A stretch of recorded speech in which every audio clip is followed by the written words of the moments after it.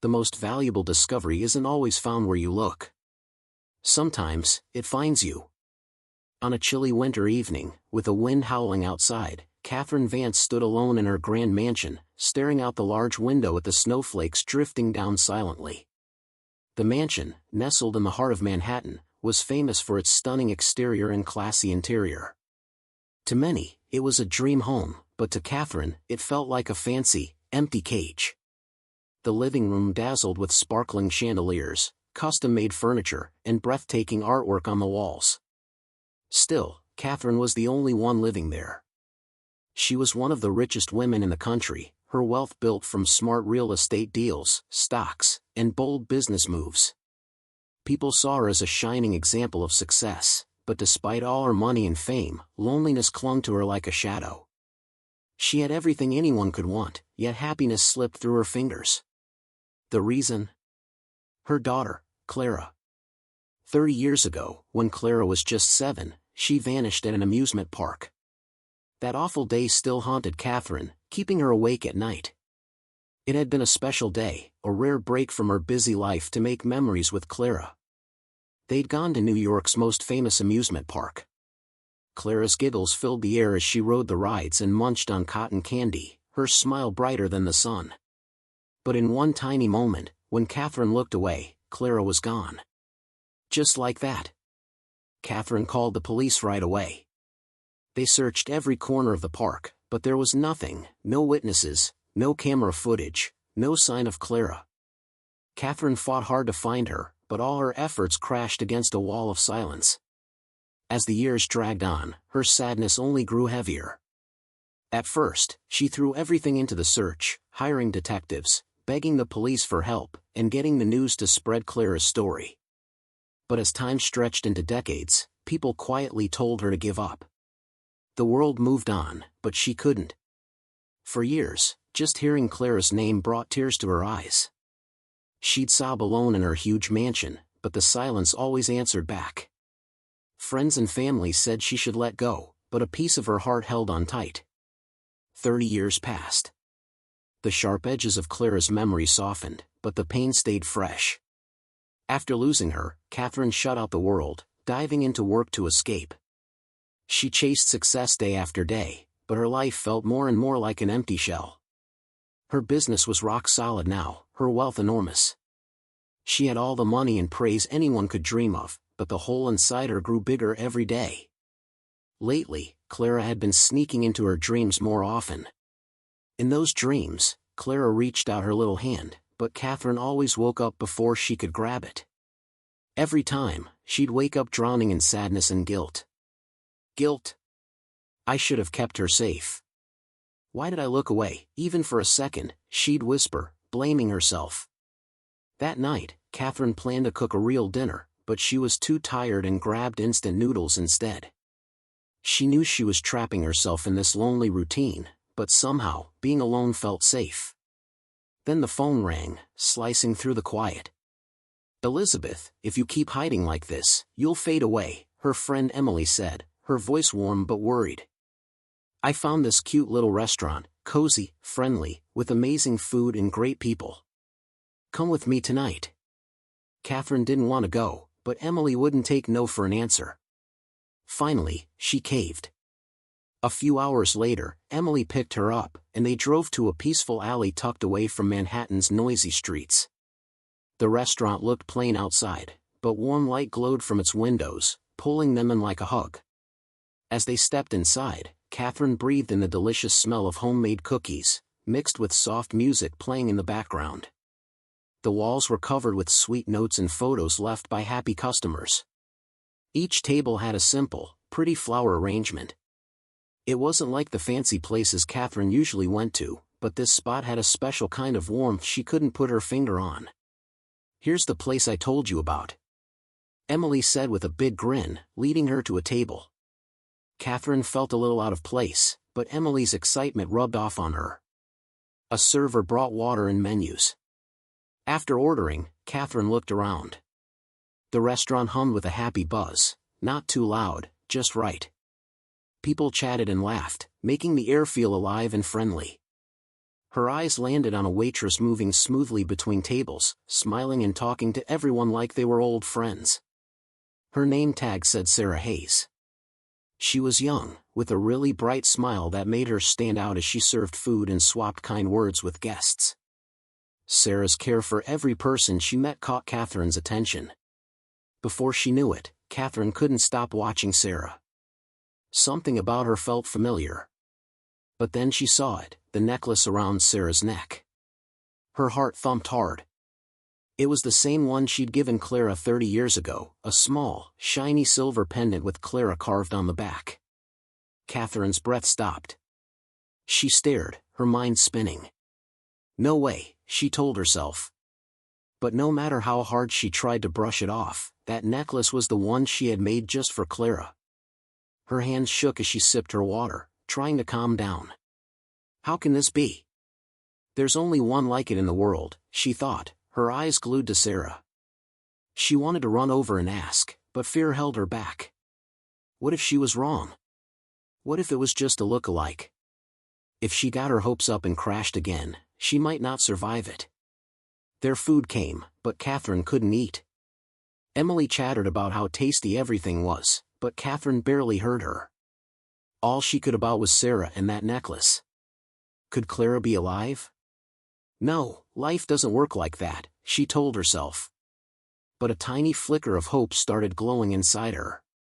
Finally, she couldn't hold it in. She turned to Emily. That waitress, Sarah, do you know anything about her? How'd she start working here? Emily looked surprised but smiled. Sarah? The owner loves her. She's sweet and works hard. Everyone here adores her. Catherine's mind raced as she listened. She needed more, but she wasn't ready to face the truth. Even after they finished eating, that necklace wouldn't leave her thoughts. Emily, wait here a sec, she said quietly, standing up and walking toward Sarah. Her heart pounded like a drum, her breath shaky. She focused on the necklace and spoke carefully. Excuse me, can I ask where you got that necklace? Sarah blinked, surprised, and touched the pendant. This, she said with a shy smile. It's super special to me. She ran her fingers over it gently. I've had it forever. My mother gave it to me. Catherine's heart froze. Your mother? She asked, her voice trembling. Sarah nodded. Yeah, but I don't remember her. I grew up in an orphanage. The floor seemed to drop out from under Catherine. An orphanage, she whispered, grabbing her chest as her breath came in short gasps. This wasn't just luck, it couldn't be. Her head spun as Sarah's words sank in. An orphanage, the necklace. Clara's name on it. Everything was clicking together, but she was scared to believe it. She took a deep breath, steadying her shaky hands. Can I look at it closer? Catherine asked softly. Sarah hesitated, looking confused, but Catherine's honest face made her nod. She lifted the pendant so Catherine could see. Catherine's heart raced as she studied it, the perfect engraving, the soft silver shine, and Clara written clear as day on the back. It was the exact necklace she'd given her daughter. A rush of feelings hit her, hope, fear, sadness, all crashing together. She pressed a hand to her heart, trying to stay calm. Sarah looked worried. Are you okay, ma'am? Catherine wiped her eyes, holding back tears. That necklace, it's so special, she said, her voice wobbly. Sarah smiled, still puzzled.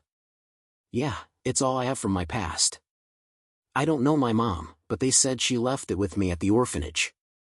Catherine could hardly breathe. Clara was 5 when she went missing, and Sarah came to the orphanage around that age.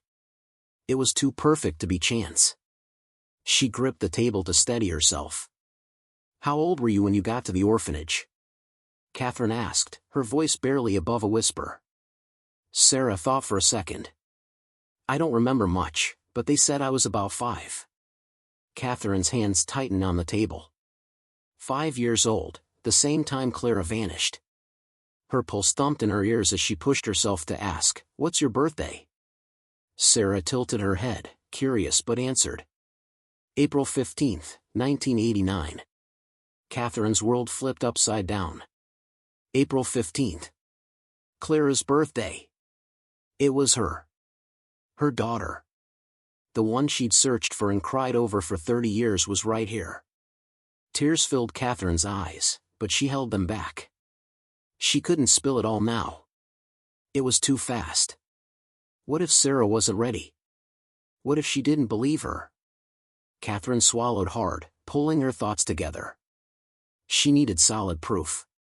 With a shaky breath, she said, "Sarah, would you take a DNA test with me?" Sarah frowned.